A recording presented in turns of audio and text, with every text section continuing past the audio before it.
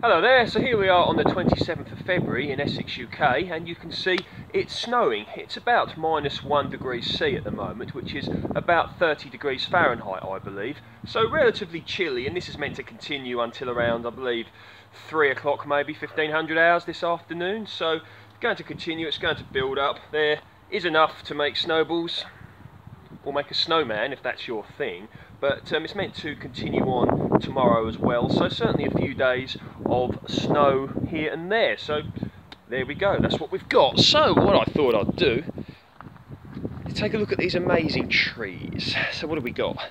Pear tree, variety Concorde. I'm not going to go into each variety individually because I've done this before, but you can see, as I stated before in the video which I detailed about brassicas, it's just amazing how tough these trees are, and they can take the weather here, you know, with snow collecting on them, but yet this should still hopefully reward me with a fantastic crop of pears in the late summer. Down here, look, the Lakemont seedless grapevine. You may remember I put that in a few weeks ago. Once again, no problem regarding that and the snow.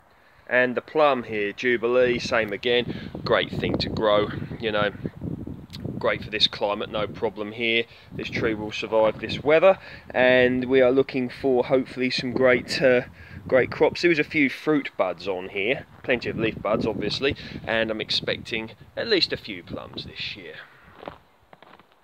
And Worcester Pearmain, fruit bud.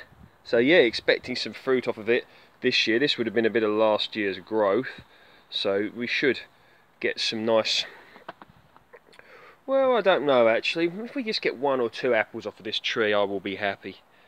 I know they say the first few years you should remove the blossom to allow the tree to establish, but you know, I'm not growing these commercially. These are just for personal use, so I'll probably let it set a little bit of fruit should it want to. Fig, once again. Fig, often thought of as an exotic fruit, but well, I suppose it is really. I know that they grow very well in countries like Turkey, etc. But this is variety, I believe, it's brown. Ah, yes, brown turkey, there you go. Now, you see down here, I've been think this is starting to leaf up. Not leaf up, root up. I'm trying to set a little, what do you call it? Take a cutting off of this here, and I think it's starting to root there. So I'm probably going to put a bit more soil in there. So hopefully that's starting to propagate, and I'll be able to take this bit off as a fig cutting, but we shall see. But anyway, yeah, I believe I stated, I think this is variety brown turkey. I purchased this, I think it was from Wilco's or somewhere like that a few years ago, Wilkinson's or one of them bargain places, for a very cheap price for a very small cutting, about so big, and it grew indeed very well, so I'm quite happy about that, how it's doing, and even happier if I can manage to take a cutting from it. Okay, so as I walk into the Polytunnel, now, see these brassicas down here, Vate's blue curled kale and Phil Basket Brussels sprouts. I set these, I believe it was last year, and I haven't set them out, so I might continue, I might proceed to do that, and let's go into the Polytunnel. So yeah, going into the Polytunnel, you can see here, look, just if I point the phone here, whoops, come here.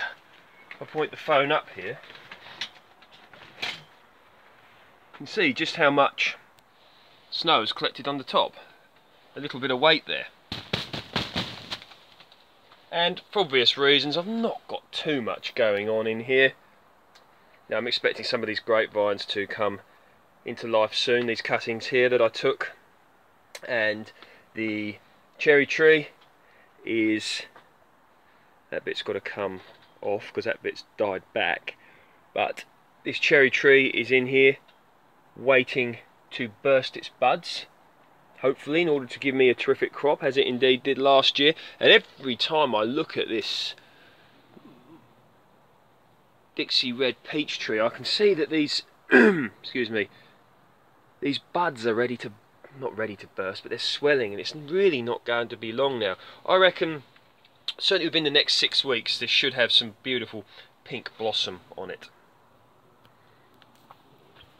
So yeah, contemplating and I might even set some tumbling tom tomatoes later on. Not going to be doing too much regarding garden maintenance work today, because it's not really the suitable weather for it, is it? But I'm going to go inside and keep warm, and I hope everybody out there is taking heed of the weather and is being safe. You know, don't make unnecessary journeys, etc. And when you do make journeys, make sure you travel safe. Take care and speak soon. Oh yeah, I'll just show you these. Now, regarding saving a little bit of money, right, it's a little hint you can do, and it might save you a little bit. Now, you see these here. What you want to do is talk to friends about who buy excuse me, who buy flowers and vegetable plants, etc. from nurseries, garden centres, places like B&Q or Homebase. You get the idea. And more often than not, when people are done with them, they throw these out, don't they? They throw the trays out. Why don't you ask if you can have them?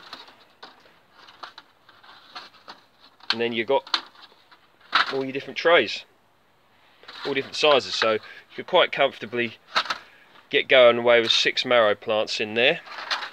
You could get 6 runner bean plants in there quite comfortably. And imagine that, all set with flowers. You know, you could get 12 marigolds going on in there. Plenty you can do. And with regards to getting your polytunnel shelved out, if you're interested. Now, somebody I knew was going to throw this out, this wooden excuse me, shelves. And I thought, well, great, I've got a place for it. So just keep your eyes about, and if people are giving things away, this is going to go down the tip.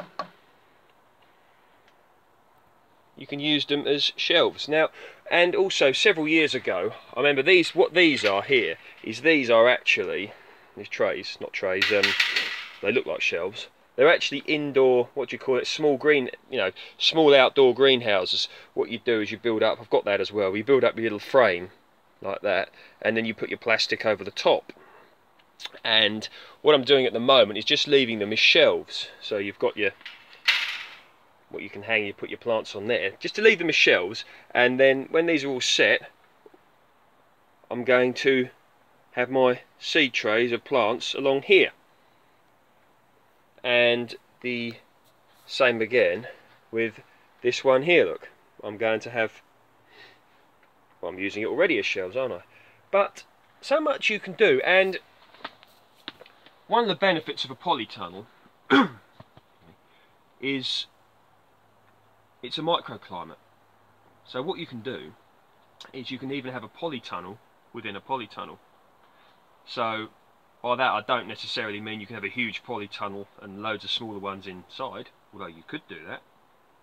But what I'm doing is I'm going to be putting the frame on here and then putting the cover on top of these. So I'll have, as I stated, polytunnel and a polytunnel like this. So that's a sort of double insulation, and excuse me, this will be incredibly important because, as you know, if you've been following my channel for a while, you'll know that I've got some plants inside growing. But what I'm going to do when this cold weather stops, I'm going to set some more.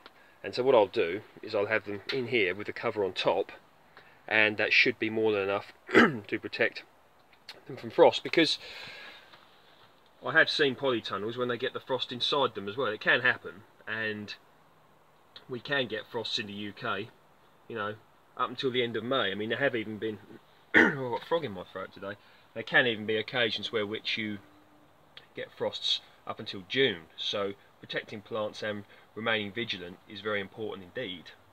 But you can help use a polytunnel in order to assist you with that, to extend the season either end, get an early start, or to prolong the crop later in the year. And these are another thing that are good. Oh dear, look at that.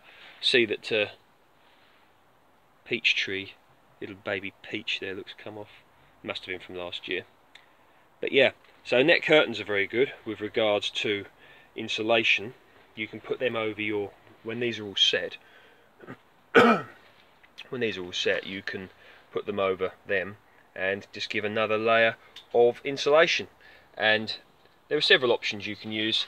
Some people put bubble wrap in their polytunnel, and there is the option of a heater, but then you've got, you know, an additional expense, etc, etc, and you've got to calculate whether it's worth it for you. Plenty to do.